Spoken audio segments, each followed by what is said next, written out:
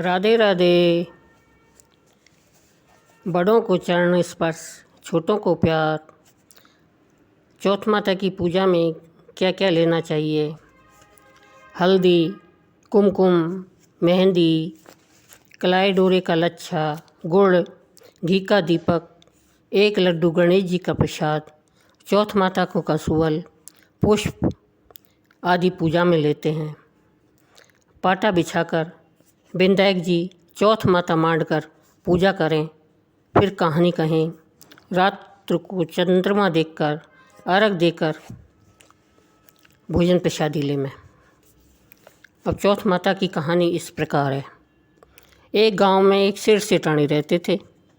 उनको एक बेटा और उसकी एक बहू थी। बहू बर्तन मांजकर पानी डालने नीचे जाती तो अड़ोस पड़ोस की औरतें उससे पूछती कि आज खाने में क्या खाया, तो वो कहती बासी कुसी तरवासी। एक दिन जब वह बर्तन मांजकर पानी फेंकने गई तो रोजाना की तरह औरतों ने पूछा कि आज क्या खाया, तो फिर उसने वही जवाब दिया, बासी कुसी तरवासी। उस दिन सेठ के बेटे ने नीचे उतरते हुए उसकी यह बात सुन ली। मन में सोचने लगा, अभी तो यह ताज़ा भोजन करके आई है, फिर भी इसने दूसरों को बासी कुसी क्यों बताया। दूसरे दिन उसने माँ से कहकर खीर खंड का भोजन बनवाया। माँ, बेटे और बहू तीनों ने बड़ी प्रसन्नता से भोजन किया। बहू बर्तन मांजकर पानी को नीचे डालने गई तो पीछे पीछे से उसका आदमी भी चला गया। और आज भी औरतों ने पूछा आज क्या खाया, तो उसने वही जवाब दिया, बासी कुसी तरवासी। उसके आदमी को बहुत गुस्सा आया कि आज तो मेरे सामने खीर खांड का भोजन करके आई है और फिर भी बासी कुसी बता रही है, इसमें ऐसी क्या बात है। इस बात को समझने के लिए वह रात का इंतज़ार करने लगा। जब रात हुई, बहू कमरे में आई तो उसके आदमी ने पूछा कि आज तूने खीर खांड का भोजन किया, फिर भी पड़ोसों को बासी कुसी तरवासी क्यों बताया। तब बहू मुस्करा कर बोली, ना तो आपकी कमाई है, न आपके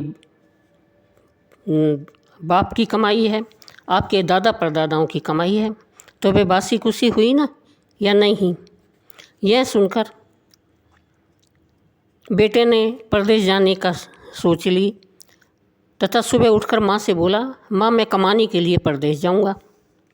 माँ ने कहा, अपने पास बहुत धन है, तुझे परदेश जाने की क्या आवश्यकता है। लेकिन बेटे के जिद के आगे माँ ने परदेश जाने की स्वीकृति दे दी। वह कमाने के लिए परदेश चला गया। वहाँ उसे एक सेठ के यहाँ नौकरी मिल गई। कुछ ही समय में वह सारा काम काज करने लग गया। सेठ ने अपना सारा कारोबार उसे छोड़कर स्वयं तीर्थ यात्रा करने चला गया। इधर सासू ने बहू से कह रखा था कि चूल्हे में आग मत बुझने देना, लेकिन एक दिन चूल्हे की आग बुझ गई तो बहू पड़ोस में अग्नि लेने गई। उसने देखा कि वहाँ पड़ोस की औरतें किसी माता का पूजन कर रही है। यह देखकर उसने पूछा कि आप किस माता का पूजन कर रही हो, मुझे भी बताओ, ये किसका व्रत है तथा इसके करने से क्या फल मिलता है। तो उनमें से एक औरत बोली, हम चौथ माता का व्रत व पूजन कर रही हैं, इससे अन्न धन मिलता है, बिछड़े को मिलन होता है, निपुत्र को पुत्र प्राप्त होता है। इस पर बहू ने कहा कि मेरे पति भी परदेश गए हैं और काफ़ी समय हो गया है, मैं भी चौथ माता का व्रत करना चाहती हूँ, लेकिन मेरी सास मुझे बाहर आने की अनुमति नहीं देती, तब मुझे कैसे पता चला कि चौथ कब है।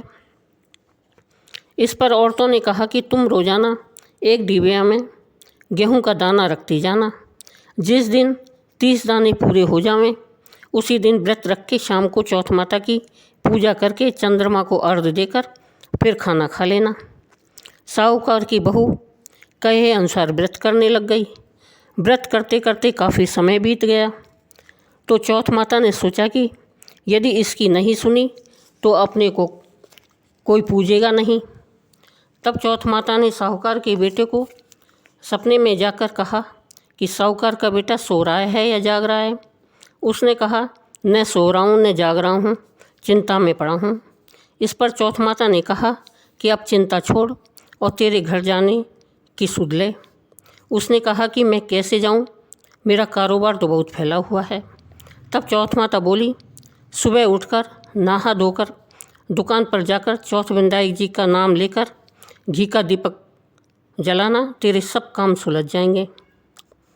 सुबह उसने वैसा ही किया। देखते देखते सारा हिसाब किताब हो गया और उसने घर जाने की तैयारी कर ली। घर को रवाना हुआ तो रास्ते में एक सांप जा रहा था। उसने सांप को सिसकार दिया। सांप ने गुस्से में आकर कहा कि मैं तो अपनी 100 साल की उम्र पूरी करके मुक्ति पाने के लिए जा रहा था, तूने बाधा डाल दी, अब मैं तुझे डसूंगा। इस पर साहूकार के बेटे ने कहा कि मैं 12 साल से मेरी माँ व पत्नी से नहीं मिला, अब मैं उनसे मिलने जा रहा हूँ, उनसे मिलने के बाद में डस लेना। तब सांप बोला कि तू घर जाकर पलंग पर सो जाएगा। तब उसने कहा कि मैं अपनी औरत की चोटी नीचे लटका दूंगा, उस पर चढ़कर आ जाना। घर पहुंचा तो वह उदास था। बेटा कुछ बोलता नहीं, लेकिन उसकी औरत होशियार थी। सब बात पता करके उसने कमरे की एक सीढ़ी पर दूध, दूसरी पे चूरमा, तीसरी पे बालू रेत, इत्र, फूल आदि 7 सीढ़ियों में 7 वस्तु रख दी। और आधी रात को फुफकारता हुआ सांप आया और सभी वस्तुओं का आनंद लेकर खुश हुआ, लेकिन बचनों से बंधा हुआ था तो उसको डसना तो था ही। चौथ विनायक जी ने सोचा कि इसकी रक्षा नहीं की तो कलयुग में अपने को कौन पूजेगा। चौथ माता तलवार बनी, विनायक जी ढाल बने और जैसे ही सांप डसने लगा तो उसे मार दिया। साहूकार के बेटे को नींद नहीं आ रही थी। सांप के मरते ही उसने अपनी पत्नी को उठाया और चौपड़ पास से खेलने लगा। सुबह देर तक बेटा बहू उठे नहीं तो माँ ने कहा, बेटा तो थका हुआ था पर बहू क्यों नहीं उठी। जाकर देखा तो खून ही खून हो रहा था। उसने कहा कि मेरे बेटे बहू को किसी ने मार दिया।